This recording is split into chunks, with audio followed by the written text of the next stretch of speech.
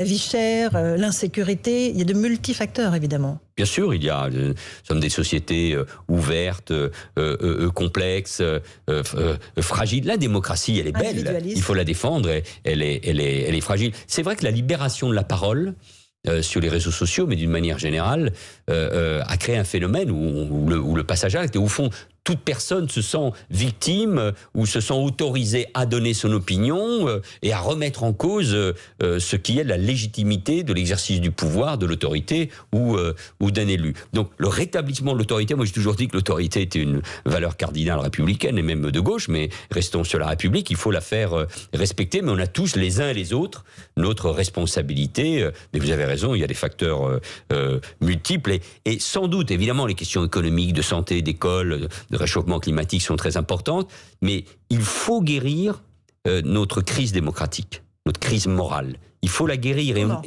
Non, mais on n'y arrive pas.